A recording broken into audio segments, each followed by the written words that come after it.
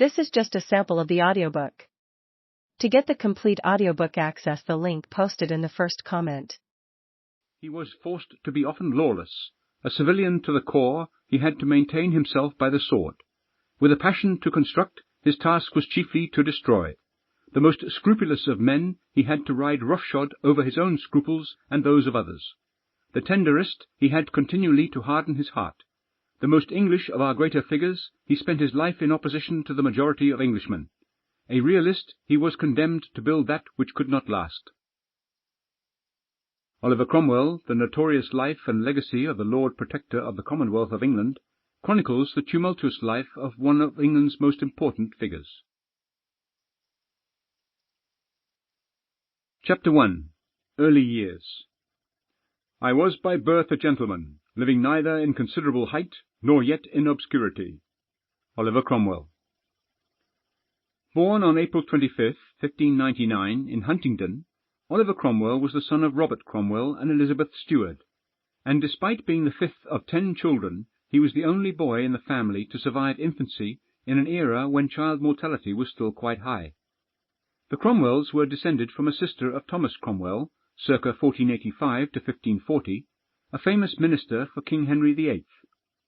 The family had become wealthy during the Reformation, when they took over property confiscated by Henry VIII from the church, and though they switched between the surnames of Williams and Cromwell, by the 1590s they were well settled within the landed gentry of Huntingdonshire in the English East Midlands.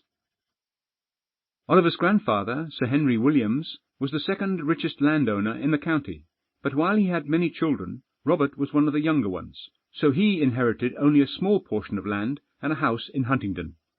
This left the Cromwells still part of a landed gentry, but in its lower tier, with an income from the land of up to £300 per year. England at the time was a very hierarchical country. Someone of Oliver's birth could be expected to live comfortably, but never to make a huge name for himself. As Cromwell himself later put it, he was destined to live neither in considerable height nor yet in obscurity. This was a time in England's history when political, social, and economic leadership were almost entirely dictated by birth. An aristocrat might rise from the lower ranks of the nobility to the upper ones, or go down the other way. A small merchant might become moderately wealthy, but most people never left the station in which they were born, and for the vast majority this meant a life as a peasant farmer, working the land, attending church on Sunday, and seldom travelling more than a dozen miles from home. However, while the lives of ordinary people remained stable and unchanging, people of power and influence were trying to maintain power in tumultuous times. The growth in artistic and intellectual endeavour, unleashed by the Renaissance, meant that ideas were growing and changing faster than at any point in history. The 16th century had then seen the rise of the Protestant Reformation across the continent, and in some regions, including England, Protestants had gone from oppressed heretics to the dominant religious group, while the Catholic Church and its supporters eagerly fought back.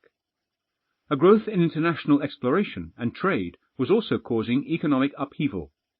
Inevitably, these changes created conflicts which sometimes spiraled into violence and even war, and though no one could have predicted it at his birth, these changes would come to define Oliver Cromwell's life and legacy. Like the vast majority of people in England at the time, the Cromwells were Christian, and Oliver was christened 4 days after his birth. Even in England, separated by sea from its neighbours, religious reform and controversy were in the air. The Protestant reform movement was shaking Europe, with theologians following the teachings of Calvin and Luther and preaching a radical reformation of the Church away from the old Catholic hierarchies and towards a new approach in which each Christian had access to God's Word through translations of the Bible. In England, this was accompanied by King Henry VIII's break from the authority of the Pope, setting up a separate Church of England, but this was a church founded on political rather than doctrinal ideology, and while some preachers were trying to push it towards the Protestant extreme of Puritanism, others favoured a far more elaborate Catholic-style religion referred to as Arminianism. England's religious divisions were awkward ones, and for that reason the monarch and their advisers often avoided tackling them. At the same time, however, this meant the divisions were allowed to grow. From around 1604, Oliver attended Huntingdon Grammar School, where he was taught by Puritan scholar Thomas Beard.